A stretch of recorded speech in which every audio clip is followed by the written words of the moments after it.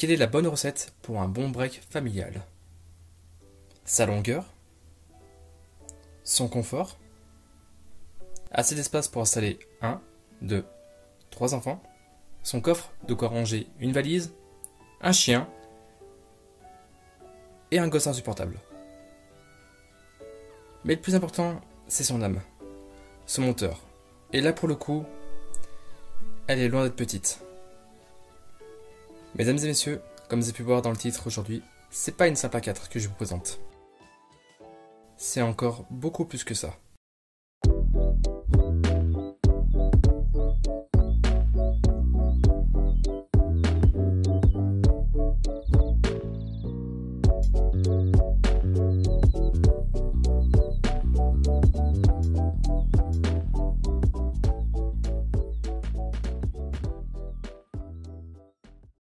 Mesdames et messieurs, bien le bonjour et bienvenue dans cette nouvelle vidéo.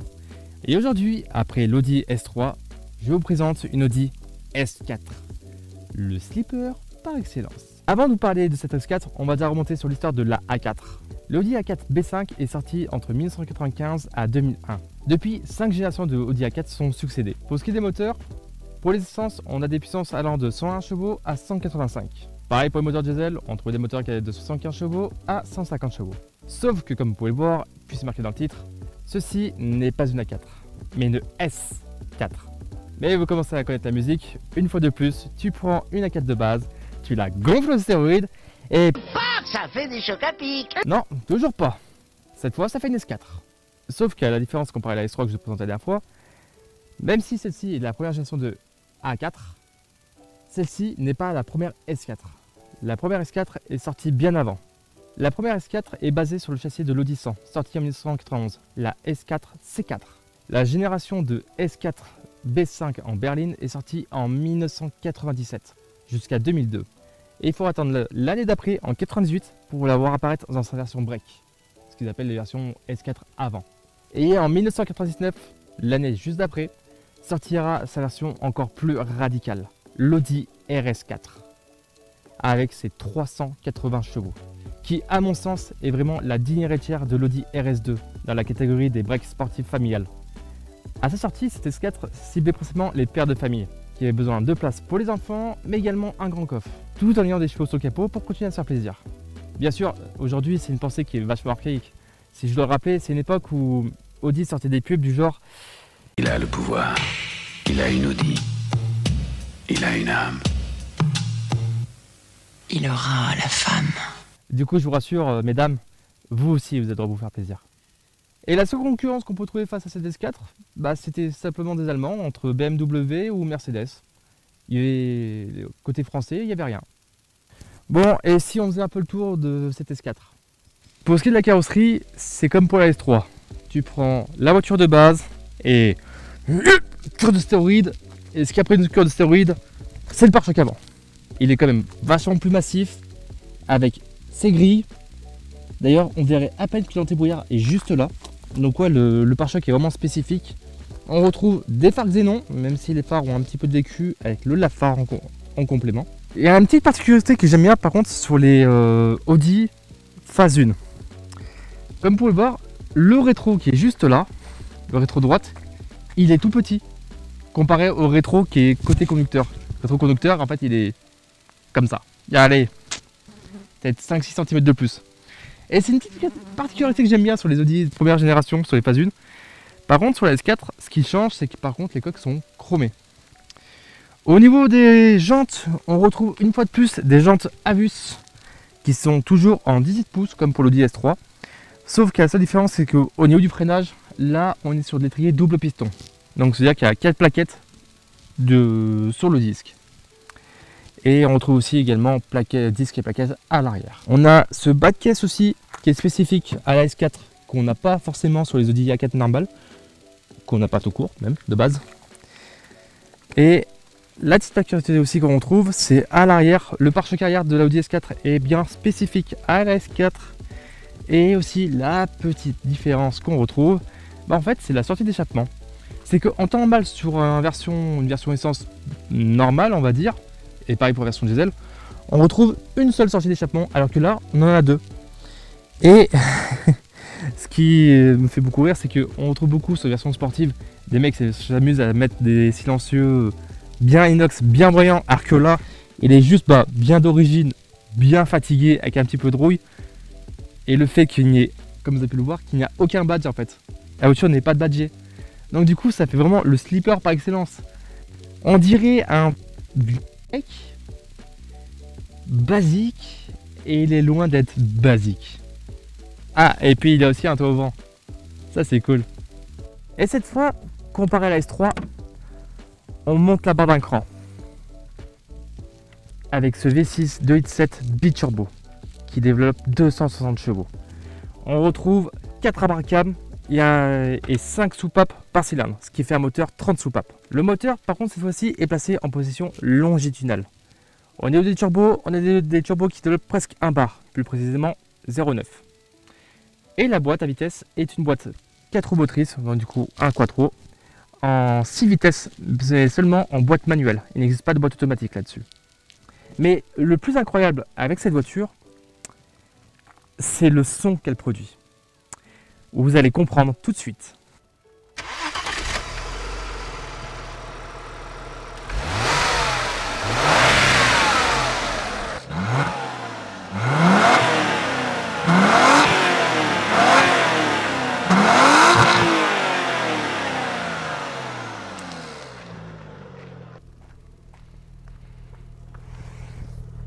C'est décevant, hein. Ça fait pas de bruit. Enfin, pour un V6, c'est discret. C'était de ça l'essence même du slipper, hein. Ni vu, ni connu. Je te fume et tu m'as même pas vu arriver. Ouais. Ça que c'est bon, justement. Ça que c'est bon. Bon, et si on allait voir l'habitacle. Bon, pour ce qui est de l'intérieur de cette S4, on reste sur une A4 de base, mais un peu plus soigné quand même, on va pas se mentir. Déjà, on retrouve du cuir. D'ailleurs, j'aime beaucoup, c'est ce bandeau qu'on voit juste là et qui fait tout le tour du tableau de bord. Une fois à l'intérieur, on retrouve un volant 3 branches avec le badge S4 en plein milieu, mais également ce compteur à fond gris avec une fois de plus badge fond 4. Si on met un coup de contact, on a la température de l'huile, la température de l'eau, et également le manomètre de batterie. Et d'ailleurs, là il a 12 volts, tu démarres, tu passes à 14. Donc du coup, la bonne nouvelle c'est que ça, au moins tu le sais si ta batterie est en train de crever. C'est marqué en plein milieu. D'ailleurs, il y a un petit détail que j'aime bien, enfin, qui est pas commun, qui me fait penser un peu aux Audi 80 de l'époque, c'est les grilles d'aération centrales et le fait que justement en fait le bandeau au milieu vient séparer la planche de bord du reste. D'ailleurs pour les fauteuils, on est sur du fauteuil cuir chauffant. Pour l'époque c'est quand même vachement agréable, sachant que bon, on a aussi la clim. C'est pas non plus de la merde de bousin, on va pas se mentir. D'ailleurs fauteuil semi-baquet, hein, pour ceux qui l'auraient pas remarqué, je suis cosy dedans. Mais c'est marrant parce que là je suis bien, mais tout à l'heure je suis pas sûr d'être aussi bien. Ah oui, oui. On n'oublie pas aussi le petit badge S4 juste en dessous. Mais d'ailleurs, ce qui me surprend au niveau des fauteuils, c'est que autant la S3 que je vous ai présentée la dernière fois, on voyait bien que c'était des fauteuils Recaro, c'était marqué dessus. Et là, pour le coup, je ne sais pas ce que c'est comme marque de fauteuil, mais il n'y a rien de marqué. Mais, ouais, surprenant. Sinon, après, qu'il faut dire de plus? Ça reste une A4 de base hein, dans l'ensemble, hein, mais avec un peu plus de soin. Bon. C'est pas que, mais et si on allait l'essayer tout ça? Bon, cette S4. Ouais, en roulage, on va dire pépère. Bon, je vois pas grand chose à quoi lui redire. C'est doux, c'est tranquille, la direction est pas trop dure. Après, tu sens quand même, quand tu roules tranquillement, que tu sens que quand même tu conduis un break, ça se sent au niveau de la direction. Niveau conso, normalement on est sur quelque chose de raisonnable, sur du mixte, on est sur du 11 litres pour un V6, bon ça reste dans les clous on va dire, mais par contre à partir du moment où tu tapes dedans,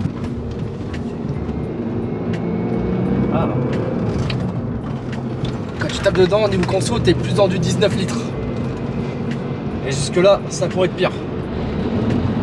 Par contre niveau châssis, ça a l'air de plutôt bien se défendre, hein. C'est vif, c'est incisif au niveau de la conduite. Et c'est marrant, dès que tu tapes dedans, t'as vraiment pas l'impression de conduire un break. Si on écarte la pédale, ah par contre c'est vrai que ça marche. Ça marche. Ça marche, par contre ce qui est impressionnant en fait, qui m'intrigue un petit peu, c'est que c'est très puissant, enfin pour l'époque, c'est vif, mais c'est pas quelque chose de nerveux. C'est pas quelque chose où t'appuies sur l'accélérateur et d'un coup ça s'affole quoi.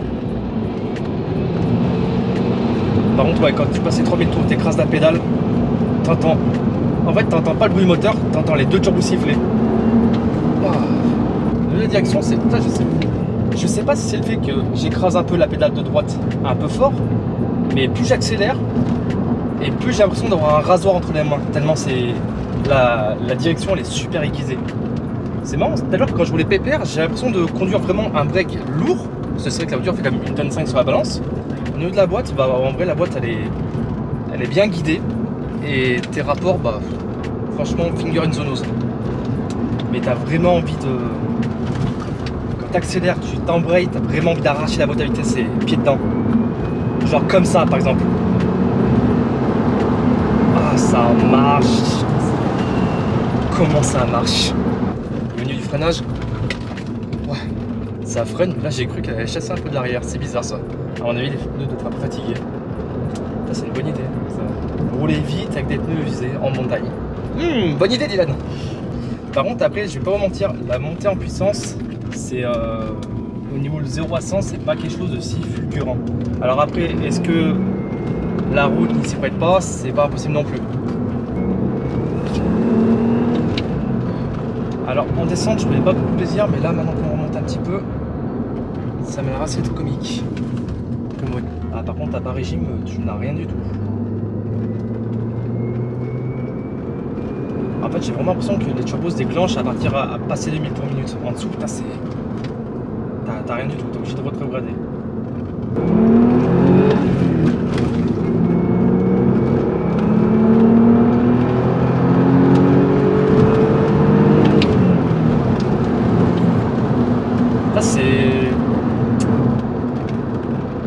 Je saurais quoi dire en fait. C'est que en fait c'est pas une voiture qui est faite pour faire de la pointe. C'est pas une voiture qui est faite pour taper le bord du compteur. Mais par contre ce qui est marrant c'est qu'une fois que tu es lancé, que les turbos sont déjà partiellement en mouvement, à partir du moment où tu sens que les turbos ils délivrent leur puissance, t'as quand même de la patate, t'as quand même quelque chose.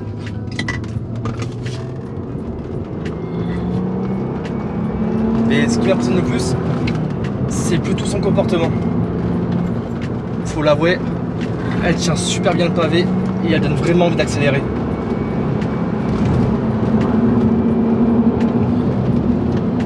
Bon, par contre, pour ce qui est du confort de conduite, alors à moins qu'il y ait un réglage lombaire que j'ai pas vu, que j'ai pas trouvé, là tout de suite, je me vois pas forcément me taper 8 heures de route avec ça.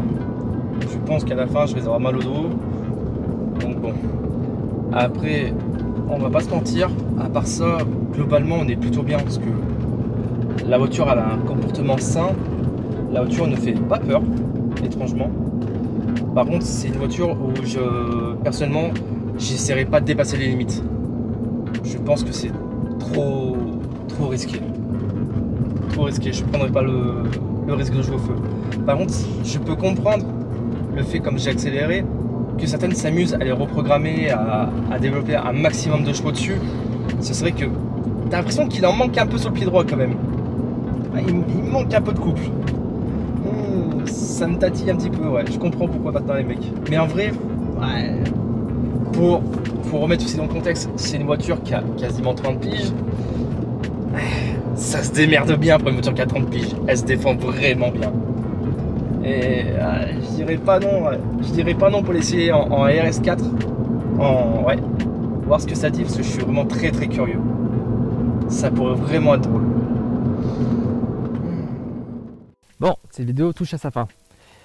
Avant de vous quitter, déjà, ça vaut quoi une Audi S4 B5?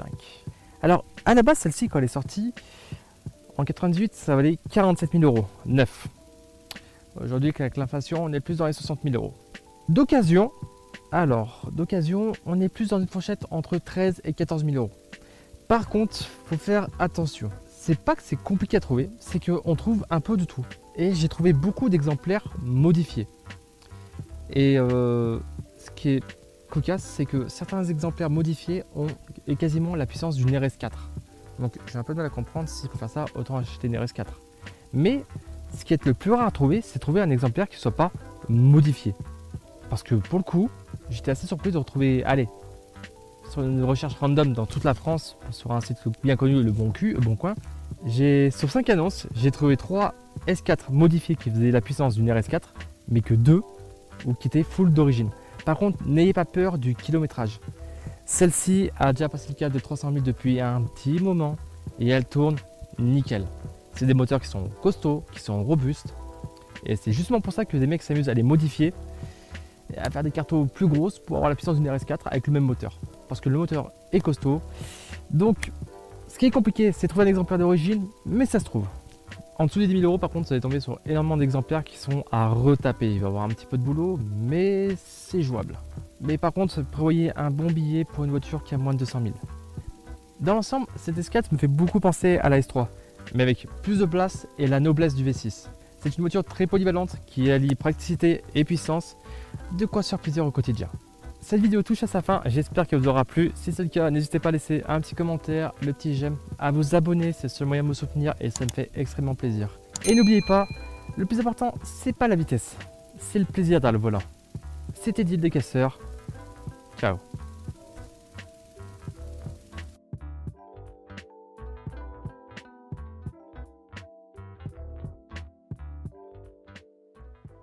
Niveau motorisation, parce qu'il y a des moteurs essence,